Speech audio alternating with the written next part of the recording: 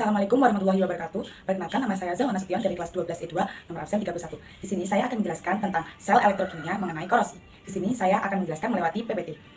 Baik, di sini ada materi elektrolisis mengenai korosi.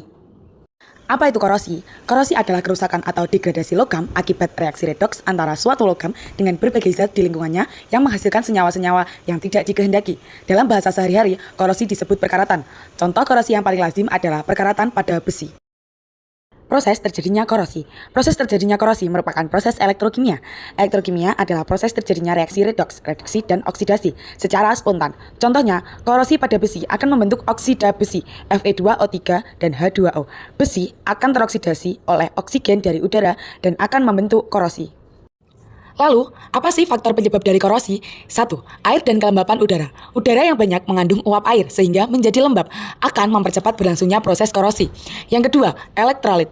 Elektrolit, asam atau garam, merupakan media yang baik untuk terjadinya transfer muatan. Hal ini mengakibatkan elektron lebih mudah untuk diikat oleh oksigen di udara. Yang ketiga, permukaan logam yang tidak rata. Permukaan logam yang tidak rata memudahkan terjadinya kutub-kutub muatan yang akhirnya akan berperan sebagai anode dan katode. Faktor yang keempat, keberadaan zat pengotor. Zat pengotor di permukaan logam dapat menyebabkan terjadinya reaksi reduksi tambahan sehingga lebih banyak atom logam yang teroksidasi. 5. Terbentuknya sel elektrokimia. Terbentuknya sel elektrokimia ini dilatar belakangi oleh adanya dua permukaan logam yang saling bersinggungan dan memiliki perbedaan potensi elektroda. Yang keenam, temperatur. Suhu panas akan meningkatkan energi kinetik partikel yang memicu terjadinya korosi. 7. Tingkat keasaman atau pH. Larutan asam atau yang memiliki pH lebih kecil dari 7 mampu membuat korosi lebih cepat terjadi dibandingkan larutan yang tidak asam. 8. Mikroba. Hal ini disebabkan karena mikroba tersebut mampu mendegradasi logam melalui reaksi redoks untuk memperoleh energi bagi keberlangsungan hidupnya.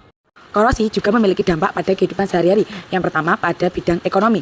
Ada kerugian finansial dan penurunan produktivitas. Yang kedua ada keselamatan dan kesehatan. Terdapat resiko kecelakaan, bahaya listrik, dan pencemaran kesehatan. Ketiga, ada faktor lingkungan, pencemaran kimia, dan kerusakan infrastruktur. Yang keempat, ada fungsionalitas. 1. Ada kerusakan benda dan juga gangguan fungsional. Upaya-upaya untuk pencegahan terjadinya korosi. 1. Dilapisi dengan cat. Cat dapat menghindarkan kontak langsung antara besi dengan udara dan air. 2. Dilumuri dengan oli dan gemuk. Cara ini diterapkan untuk berbagai perkakas dan mesin. Oli dan gemuk mencegah kontak besi dengan air. 3. Dibalut dengan plastik. Plastik mencegah kontak besi dengan udara dan air. 4. Tin plating atau pelapisan dengan timah. Timah tergolong logam yang tahan karat. Yang dilapisi, timah tidak mengalami korosi karena tidak ada kontak dengan oksigen atau udara dan air. 5. Chromium plating atau pelapisan dengan kromium. Besi atau baja juga dapat dilapisi dengan kromium untuk memberi lapisan pelindung yang mengkilap. 6.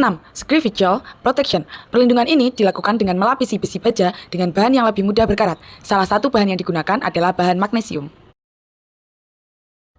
Di sini ada example atau contoh. Di sini saya menggunakan animasi, ada alat dan bahan, ada paku, gelas, air biasa dan air panas, asam cuka dan garam, dan plastik wrap untuk menutup gelas. Baik, di sini bisa kita lihat pada gelas A, kita beri air panas, gelas B air biasa, gelas C cuka, gelas D garam, gelas E tanpa larutan, dan juga gelas F tanpa larutan.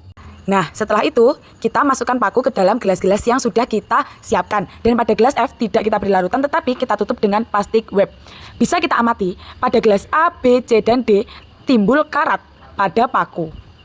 Baik, di sini saya cepatkan ya videonya, silahkan diamati sebentar. Baik, dari animasi yang telah saya tampilkan itu adalah pengamatan selama 7 hari. Jadi dapat kita lihat gelas A, B, C, dan D terjadi korosi, sedangkan gelas E dan F tidak terjadi korosi. Kesimpulannya adalah korosi adalah reaksi pada logam menjadi ion pada permukaan logam yang terkontak langsung pada penyebab korosi. Agar tidak terjadi korosi pada besi, hindari kontaminasi dengan air atau larutan yang dapat menyebabkan oksidasi.